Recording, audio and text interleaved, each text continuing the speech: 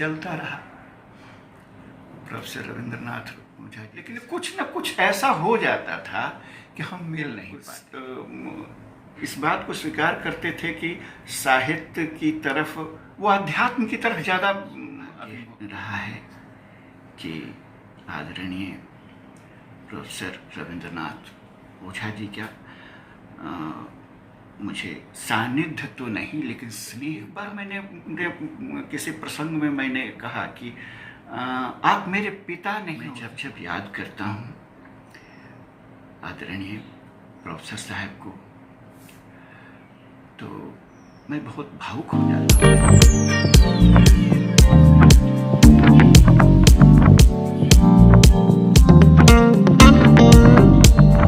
तो ये हैं डॉक्टर विजय प्रकाश जी। कई पुस्तकों के लेखक हैं और बतियाते प्रहर उनकी सद्य प्रकाशित कविता संग्रह है जिसे वे हम लोगों को सादर भेंट कर रहे हैं।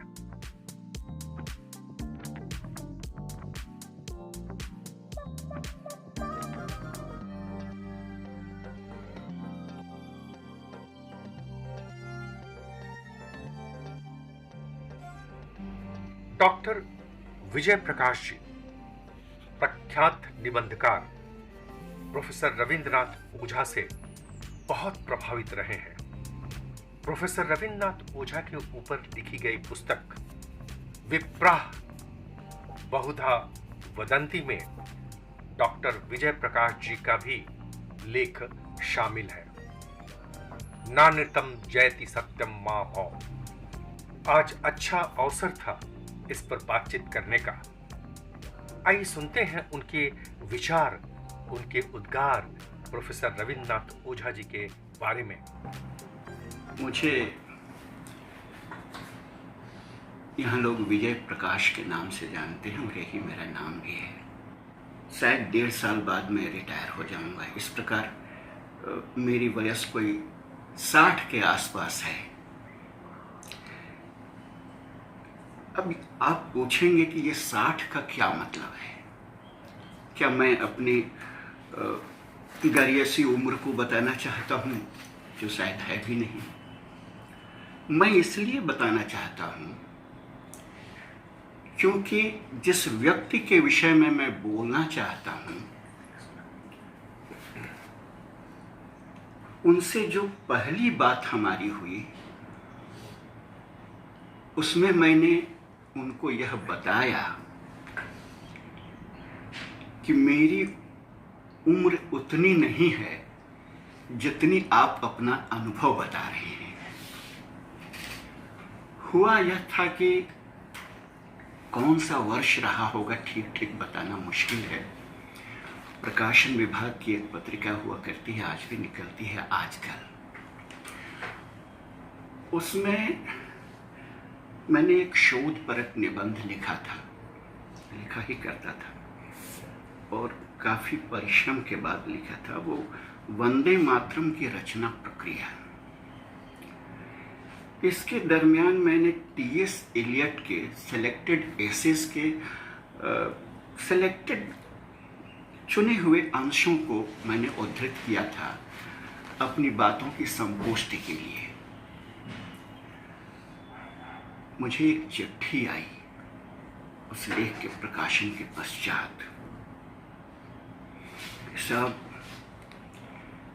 मैं अंग्रेजी का प्राध्यापक हूं। विगत 30 वर्षों से अध्यापन कार्य कर रहा हूं। टी.एस. एलियट और रिचर्ड्स मेरे प्रिय लेखक हैं। मैंने इतना अच्छा अनुवाद उनका कहीं नहीं देखा है। इसे आपने कहां से प्राप्त किया, मुझे बताएं। मेरे लिए एक कुतूहल का विषय था। मैंने उनको लिखा कि जितने दिनों का आपका प्राध्यापन क्या अनुभव है उतनी तो मेरी वयस भी नहीं है। और अच्छा या बुरा बुरा जो अनुवाद है वो मुझी से हो गया है, क्योंकि अपने लिए मैं अपना अनुवाद खुद ही कर लेता हूँ। उसके बाद से एक सिलसिला शुरू हुआ पत्रों का। उस समय संभवतः वो शेक्सपियर के सोनेट्स का अनुवाद कर रहे थे और मैं पी लाल ने जो अनुवाद किया है गीता का और महाभारत आदि का, तो उसमें वेदों का भी अनुवाद किया है संभवतः। उसी में से किसी का मैं स्वयं अनुवाद कर रहा था, अंग्रेजी से हिंदी में कर रहा था। तो हम लगभग एक ही तरह का काम कर रहे थे। मेरा काम पूरा नहीं हुआ, शायद उतना अध्यवसायी नहीं रहा हूँ मैं, लेकिन उनका पूरा हुआ और पता नहीं वो पुस्तक प्रकाशित हुई भी कि नहीं। उसके बाद हम जो पढ़ते वो उनको बताते, वो जो मेरे लेखन के विषय में या कभी कभी तो हम लोग एक ही पत्रिकाओं में कभी उनकी चिट्ठियाँ छपती, कभी मेरे रचनाएं छपती।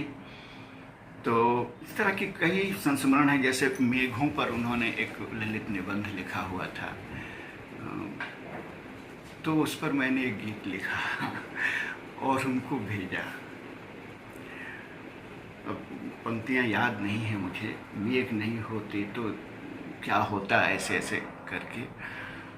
तो उन्होंने उधर से लिखा कि कितना अच्छा होता कि यह कविता मेरे ललित निबंध के साथ ही छपती है, और उसकी प्रशंसा उन्होंने की।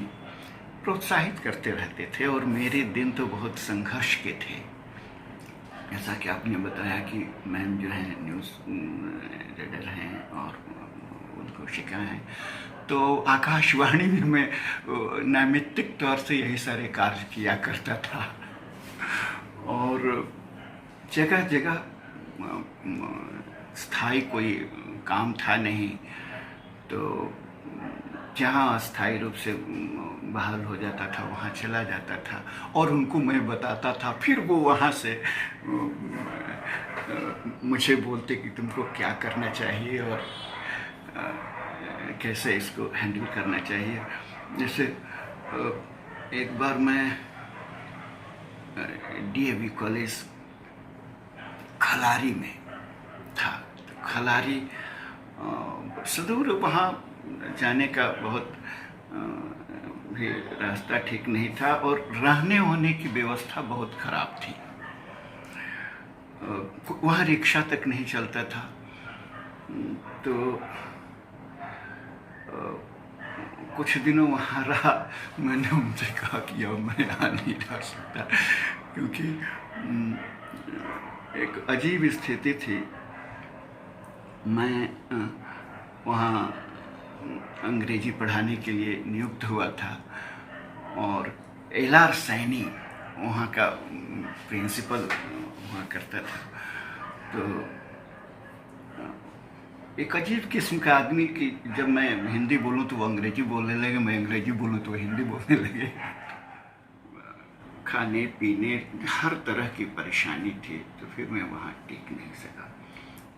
हमारा पत्र चलता रहा प्रोफेसर रविंद्रनाथ ओझा जी के साथ। उनके प्रोत्साहन मिलते रहे और वर्षों में मैंने अभी तक जो पढ़ा लिखा है उसका सबसे उर्वर काल था वो। और मैं अपनी रचनाएं उनको भेजता था और उनकी सम्मति पाता था। वो बोलते थे कि हाँ मैं पटना आ रहा हूँ, लेकिन कुछ न कुछ ऐसा हो जाता था कि हम मिल नहीं पाते थे। बाद के दिनों में उन्होंने अपनी 4 किताबें मुझे भेजी थी और उसमें हिंदी अंग्रेजी दोनों लिखते थे। तो उन्होंने स्वयं उसकी भूमिका में ही इसकी दलील दे दी है कि साहब मैं ऐसा क्यों करता हूँ। लोग कहते हैं कि अंग्रेजी शब्दों के लिए आप नागरी लिपि का ही प्रयोग करें, तो मैंने कहा कि मेरी आदत ऐसी नहीं है, अब एक बार जो लग गई है तो लग गई है। तो ये जो टोन था, इसका मतलब कि वो अपने रास्ते से अब उस उम्र में हटने के लिए तैयार नहीं थे। वो इस बात को स्वीकार करते थे कि साहित्य की तरफ, वो अध्यात्म की तरफ ज़्यादा अभिमुख है कि साहित्य की तरफ मैं विलंब से आया हूँ, और जब आया हूँ तो अपनी शर्तों पर हूँ, साहित्य की शर्तों पर नहीं। ये बात मुझे बहुत अच्छी लगती थी कि एक साहित्यकार को अंततः वो अपने अनुभव ही कहता है, लेकिन उसके कहने का तरीका कुछ ऐसा होता है कि वह व्यक्तिगत अनुभव सार्वजनिक अनुभव हो जाता है। क्योंकि साहित्य की किसी भी विधा में तब तक पूर्णता प्राप्त नहीं होती जब तक पाठक या श्रोता उसमें स्वयं से तादात्म्य स्थापित नहीं करता। साहित्य, मान लीजिए कविता है, तो उससे आधा सच ही अभिव्यक्त होता है। आधा सच वह पाठक या श्रोता जब उसमें अपने आप को आइडेंटिफाई कर लेता है तब वो घटित होता है। कारण कि सभी विधाओं का शाब्दिक अर्थ नकली है। कविता का अर्थ नकली है, नाटक का अर्थ नकली है, कथा का तो अर्थ ही कपोल कल्पित है। लेकिन ऐसा होते हुए भी आप नाटक देखते हैं तो उसके साथ हंसने लगते हैं, उसके साथ रोने लगते हैं। कविता सुनते हैं, ऐसा ही करते हैं। तो क्या मतलब है कि आधा सच लेखक कवि के पास है और आधा सच अपने अनुभवों का श्रोता और पाठक के पास है। तो ज्यों ही पाठक अपने आप को उस रचना में आइडेंटिफाई करता है, रचना पूरी हो जाती है और वह अपनी परिणति तक पहुंचती है। तो ये सारी बातें भी उनके जैसे ऋषि तुल्य भी मैं उनको कहता हूँ, क्योंकि वो कृष्णकाय उनकी तस्वीरें मैंने देखी हैं और जो उनके लेखन से उनका टोन का मैं अनुमान करता हूँ।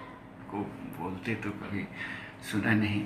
हाँ, एक बार अनुभव ने कहा तो मैं दूरदर्शन पर उनको सुना, तो मेरा अनुमान बहुत उससे बहुत दूर नहीं था जिस तरह वो बोलते थे।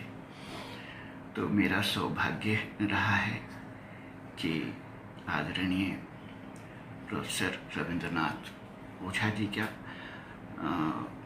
मुझे सानिध्य तो नहीं लेकिन स्नेह प्राप्त हुआ। एक बार मैंने किसी प्रसंग में मैंने कहा कि आप मेरे पिता नहीं हो सकते, क्योंकि अगर मेरे पिता आज होते तो आज की डेट में मैं समझता हूँ 1912 के मेरे पिता थे। तो कुल जोड़ घटाव करके देखता हूँ तो मेरी बड़ी बहन की उम्र के वो थे, लेकिन जो संबंध था वो कहीं पिता भी होता था, कहीं भाई भी होता था, कहीं गुरु भी होता था। एक अजब किस्म का रिश्ता था कि जिसको परिभाषित करना बड़ा मुश्किल है।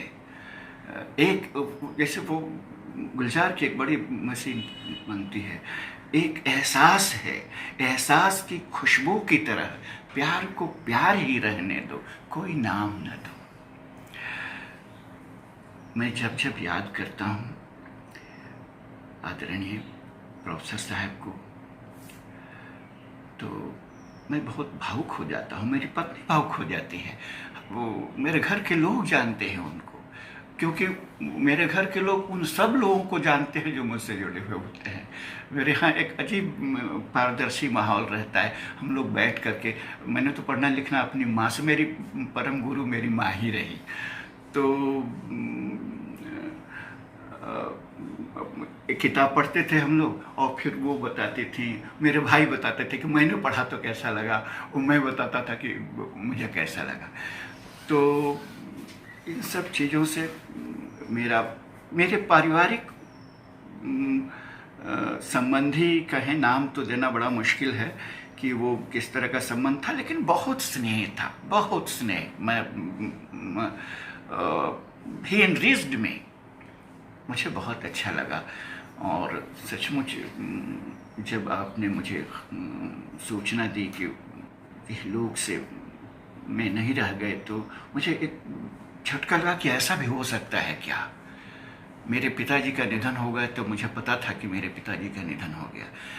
मैं सेवा में आ गया तो मैंने यहाँ लोगों को बताया कि मेरी माँ का निधन हो जाएगा, तो वो हो गया। मुझे वैसा नहीं लगा, लेकिन प्रोफेसर साहब का उठना मेरे लिए, और जब मैं भी बोल रहा हूँ तो मेरे लिए बहुत इमोशनल बात है। मैं उनकी स्मृति को प्रणाम करता हूँ।